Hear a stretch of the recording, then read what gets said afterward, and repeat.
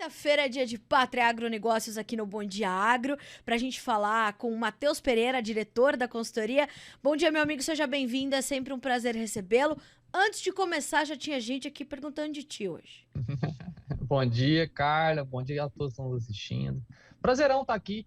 É bom ter essa receptividade, né? A gente sabe que o mercado não está fácil. Em grande parte dos players, dos participantes, né, os usuários finais, que são os dependentes diretos da agricultura, né, no nosso país, muito preocupados. Então, vamos lá. Agora, Matheus, antes da gente falar um pouquinho mais sobre o andamento das cotações aqui no Brasil, que eu sei que não está num momento fácil, Chicago está testando aí os menores preços em cerca de 3 anos. Como é que você viu esse movimento, a perda, inclusive, do patamar ali dos 11,80 para o março, para o maio? É um sinal importante e preocupante? Preocupa, né, Carla? Depois que o mercado assumiu essa tendência baixista em 2024, né, a gente teve, enfim, grande parte, né, da renda do produtor que não havia se preparado, né, para tolerar essas quedas profundas em 2024. A gente viu uma renda totalmente deteriorada, né? Preço de soja que em algumas regiões do Brasil não remuneram a atividade nesse ciclo safra, né? Foram custos ali que, dependendo do momento da compra, né, aqueles que fizeram aquisições da safra 23 e 24 no primeiro semestre de 2023 acabaram pagando bem mais caro, né? Em especial por fertilizantes que chegaram a estar 30, 40, 50% mais caros, né, do que os mesmos fertilizantes ofertados no segundo semestre do ano passado.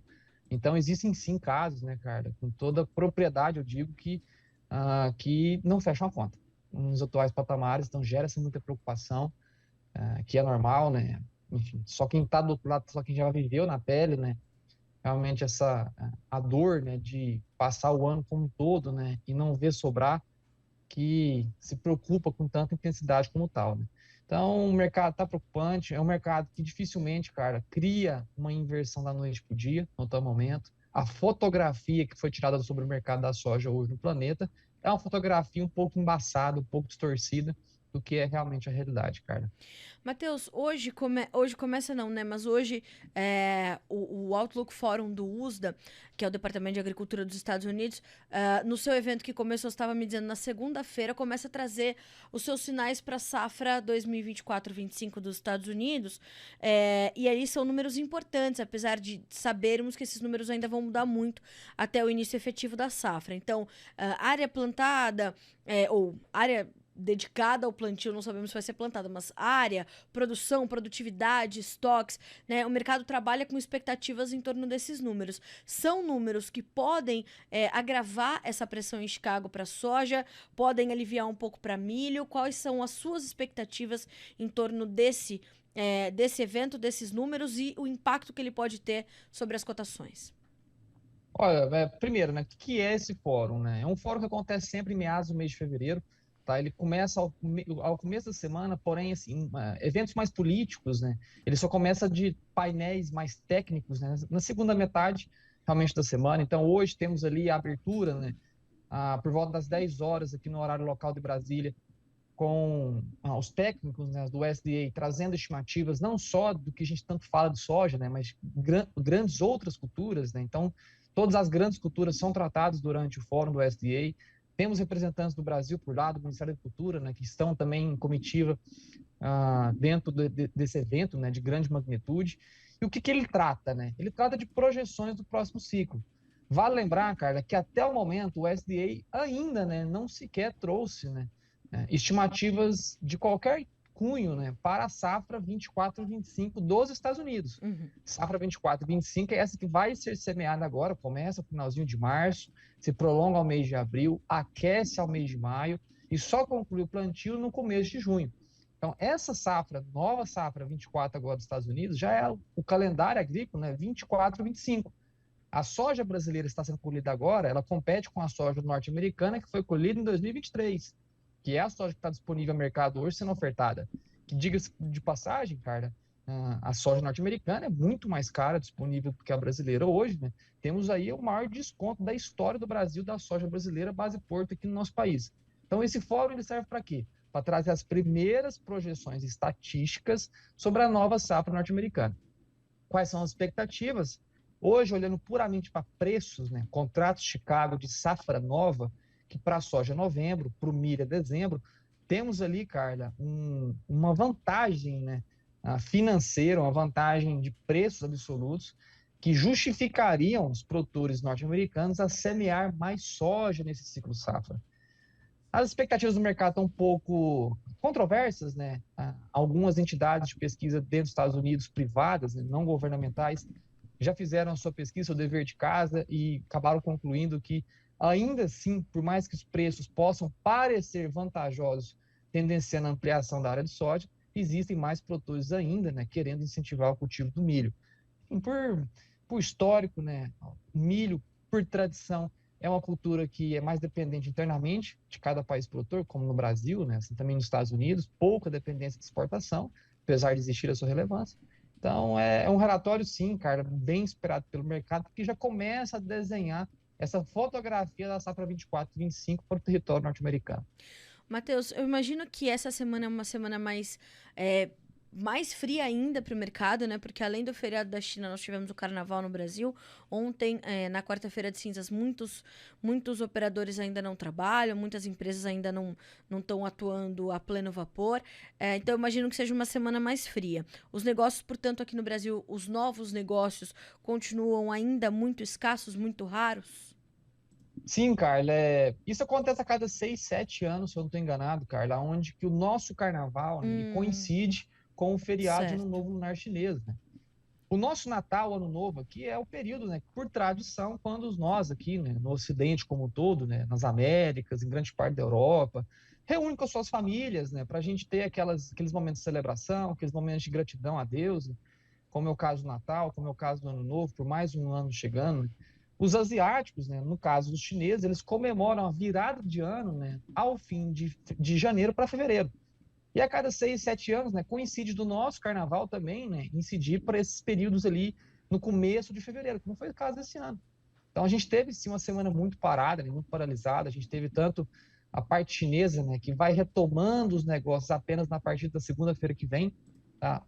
Hoje, quinta-feira, é o último dia, né, do feriado no lunar chinês, que é prolongado, são 2 semanas. Amanhã tem um festival de lanternas que chamam, né, que é apenas uma conclusão desse feriado como um todo. Então é aquele negócio, né? Vai emendar feriado, segunda-feira que a gente tem mais atividade, mesma coisa aqui no Brasil, pós-carnaval tem a tal da ressaca, então os negócios continuam ali ainda um pouco mais engessados, assim dizendo, né? Sem grandes compradores, sem grandes fornecedores, não tem liquidez no mercado. Porém, na próxima semana, né, a gente vê sim o mercado retomando com intensidade máxima, assim dizendo, Carla. Qual é a sua perspectiva, Matheus? Deve vir uma demanda um pouco mais presente e agressiva da China ou esse movimento mais cadenciado, mais contido por parte dos chineses deve continuar? Carla, foi até um ponto de estudo, né? De muito se falam, né, sobre essa China estar mais comedida, China estar mais lenta nas aquisições. A gente deu uma aprofundada realmente, né, em entender aonde estão esses compradores de soja, né? E por incrível que pareça, Carla, talvez por desgosto de muitos que levantam a bandeira contra o agro brasileiro, né? A gente tem ali um calendário, né? A agenda de embarques no nosso país está agressivíssimo. Uhum. Nunca embarcamos nesses últimos 45 dias do ano de 2024, nesses primeiros e últimos, né? Os primeiros 45 dias de 2024, nunca embarcamos tanta soja quanto estamos embarcando no tal momento. O mês de janeiro a gente encerrou com um total de soja embarcada de 3,58, quase 3,6 milhões de toneladas. É o maior volume da história do Brasil de soja embarcada ao longo do mês de janeiro. É 3 vezes maior do que o ano passado. É 2,5 vezes mais do que 2022, quando os preços da soja bateram recorde no porto aqui no nosso país. É 6 vezes mais do que 2021 de soja embarcada durante o mês de janeiro. Fevereiro também começou com a mesma intensidade, um calendário já uma fila de embarques já próxima de bater o recorde, com plena China em feriado, com feriado aqui no Brasil, coincidindo em datas semelhantes. A gente já tem quase o mês de fevereiro, que ainda tem mais 2 quinzenas para ser concluído, já quase batendo recordes também de filas de embarque. Então, tanto o observado de soja embarcada quanto as filas de embarque no atual momento estão em patamares recordes da nossa soja, existe demanda, e retomando na segunda-feira com a soja, uma barganha que está dentro do nosso país, com quase 70 Sim. dólares de desconto sobre a soja norte-americana, que são as duas únicas, vou repetir, as duas únicas fontes de grão in natura no planeta de soja hoje, Brasil e Estados Unidos. A soja brasileira tem um desconto de $70 a tonelada, 15% mais barato que a norte-americana. É o maior desconto da história do Brasil, a história da soja no planeta. É o maior desconto observado hoje aqui no nosso país. Então, temos soja disponível, soja barata, e na retomada, um apetite muito grande da Ásia realmente vindo ao mercado brasileiro. Então já vou direto para a pergunta do pessoal da Agrobacuri. Bom dia, Carla e Matheus. A fotografia da produção está embaçada, mas em algum momento a realidade virá à tona e a soja vai se valorizar. Na sua opinião, quando isso começará a acontecer? Matheus, pergunta do time da Agrobacuri. Muito bom ponto, ressaltado pelo Agrobacuri. Um grande abraço aí para vocês, meus amigos. E sendo bem objetivo, né? Essa queda de braço só será vencida quando essa fotografia for atualizada. Tá? Apesar de nós, né, entidades privadas que fazem levantamentos, né, sérios, levantamentos técnicos, né, sem achismos, né? Existem muitos achismos ali, muita gente que faz levantamento na base do papel, realmente sem um embasamento técnico, sem um levantamento, né, estatístico em campo, sem realmente nem sequer, né, usar ferramentas, né, de via satélite, NDVI, VHI. Então, apesar dessa discrepância, né, o que dita realmente o mercado são os órgãos oficiais, tanto o Conab quanto o SDA, em especial o SDA, né, que tem essa comunicação ao mercado internacional um pouco mais profunda, né, do que nossas entidades aqui internas. Então, essa fotografia ela é atualizada todos os meses. Né? A gente teve agora no mês de fevereiro, a Conab, né, trazendo números um pouco, enfim, mais condizentes com o que a gente vê dentro de campo, o SDA praticamente inalterando, né, as suas estimativas para a soja brasileira. Temos um novo levantamento no começo de março, um novo levantamento no começo de abril, e a gente deve sim esperar que nesses próximos 2 meses, né, com a fotografia sendo atualizada sobre a safra brasileira e mostrando que não é uma safra catastrófica no nosso país, apesar de existir sim casos de catástrofes produtivas dentro do nosso Brasil. Então não é uma safra catastrófica, é uma redução de oferta. Estamos reduzindo a oferta comercializável de soja in natura aqui na América do Sul, não estamos aumentando. Mesmo com o superávit produtivo da Argentina, a Argentina não é um grande exportador de soja in natura, como o caso aqui é o Brasil. Os chineses não vêm buscar farelo, buscam grão aqui no nosso subcontinente. Então, estamos reduzindo a oferta de grão in natura exportável.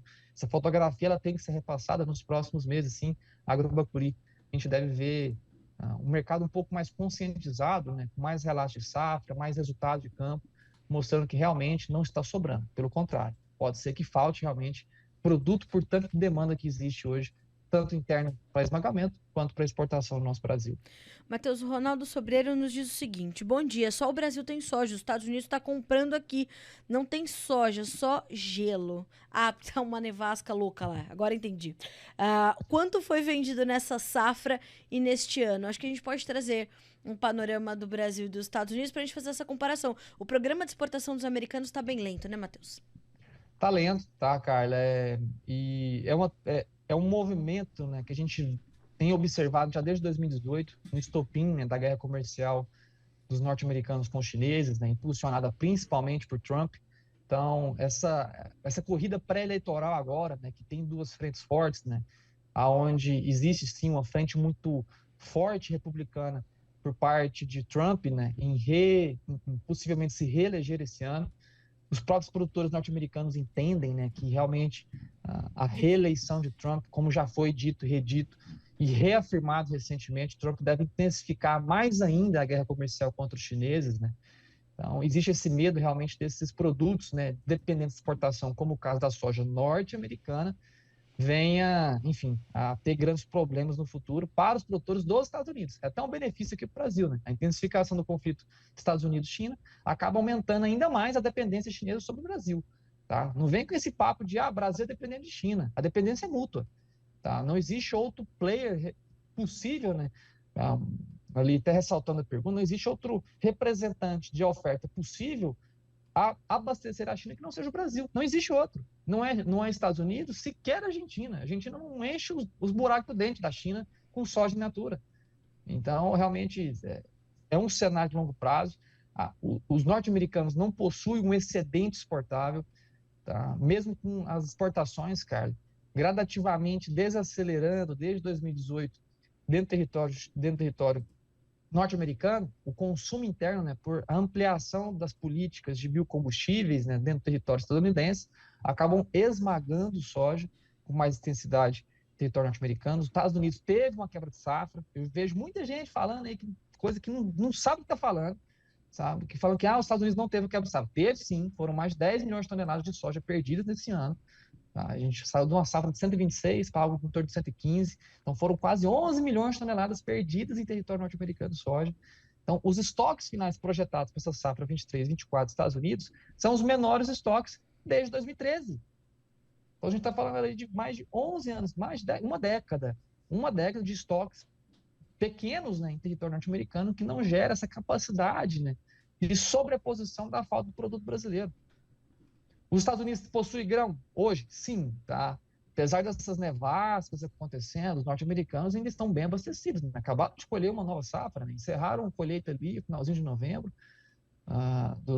desse último ciclo safra 23, né? Tem muita soja ainda disponível, porém não é uma soja nem sequer competitiva com o nosso produto. Como eu disse, nossa soja hoje, ela é 15% mais barata do que as ofertas norte-americanas no principal porto, que é o Golfo, né? Uma vez que os norte-americanos, né, por logística interna, né, acabando crescendo demais a soja, não colocam muita soja através dos portos do Pacífico, né, que são portos ali mais próximos à Ásia. Então, realmente assim, o Brasil é a única grande fonte de produto disponível e com um preço que está uma barganha, né, uma bagatela. Tanto é que a gente vê, né, esse calendário, essa fila de embarques crescendo, ampliando, subindo, essas novas compras, né, agressivas no nosso país, decorrentes realmente de um produto barato e um produto bem disponível. Matheus, você sabe que ontem a gente trouxe esses comentários, claro, né? Não com a análise, mas o comentário do mercado naquele momento da soja, e veio aquela insatisfação do produtor quando isso foi para as redes sociais e tudo mais. E teve um comentário da Glaussandra que me chamou bastante atenção. Ela disse o seguinte: façam suas contas. Porque eu falei, gente, façam suas contas para entender o seu momento do mercado. E ela diz: eu faço e refaço todos os dias, mas a frustração do preço e deixar para amanhã só piora. E aí, é momento de vender ou não? Essa resposta não é única para todos os produtores, né, Matheus? Não é única, mas ela, como a Glauciane diz, façam suas contas. Tá? Não adianta a gente querer ficar dando murro em esticador de aroeira. O mercado da soja não reage de noite para o dia. Ele não tem essa capacidade de reviravolta mudando da água para o vinho. Tá? Então, muitas contas serão vencidas agora, final do mês de fevereiro, final do mês de março, final do mês de abril. São períodos onde o produtor acaba se sentindo contra a parede, né? E realmente está. Não tem alternativas para aqueles que não se prepararam para passar por esse início ano e por esses compromissos, né, mais atenuados, são os prazos safras, né? Então, não há maneira, né, da gente evitar esses pagamentos de conta a não ser submetendo vendas, né? Ou realmente criando, né, alguns artifícios para buscar alternativas, né? Vale lembrar que mesmo sob submissão de vendas, né, preciso vender, tenho compromisso, não tenho alternativas. No curto prazo, sendo bem direto, quanto mais espera, pior fica. Tá? Não tem nada que melhore o mercado, como eu disse. A fotografia não é atualizada todos os dias. Essa fotografia sobre o Brasil, essa impressão de que está sobrando soja no país, ela só é atualizada uma vez por mês e conscientizada a mercado. Tá? Então, a gente não tem essa fotografia atualizada por agora. Então, aqueles que precisam realmente fazer vendas, que façam e usem de ferramentas mais inteligentes para buscar essas altas no segundo semestre, usando ferramentas financeiras, que a Pátria faz o dia e noite, né? Nosso DNA é realmente mostrar essas estratégias aos nossos clientes, né? Que é realmente usando papéis. E não existe mais esse negócio de atrelar a soja à base de Chicago. A Pátria conseguiu, né, já desde o último trimestre do ano passado, é recente, conseguiu dar realmente essa liquidez àqueles clientes que possuem necessidade de fazer o travamento da soja em bolsa, usando as referências dentro do Brasil, não é usando mais referências em Chicago. A gente usa as próprias referências internas aqui no país. Tá? Então, realmente são contratos um pouco mais robustos, né, que geram mais segurança para você que precisa fazer vendas agora e tem a necessidade de carregar ainda soja para papel, né, por mais alguns meses, buscando eventualmente, né, a recuperação dos preços aqui no país. Matheus, quero muito te agradecer pela companhia nessa quinta-feira. Nosso tempo um pouquinho mais curto, né? Agora no Bom Dia Agronegócio, mas quinta-feira que vem estamos juntos novamente, continuando a responder as perguntas da nossa audiência e trazendo o seu entendimento do mercado. Obrigada, meu amigo, mais uma vez. Te vejo na semana que vem. Eu que agradeço, Carla. Grande prazer estar aqui contigo, minha amiga. Um grande prazer estar com todos vocês aqui participando. Um abraço para vocês. Fiquem com Deus. Na próxima semana, tamo junto. Até logo. Amém, amém, meu amigo. Fique com Deus. Um abraço. Até a semana que vem. Até mais.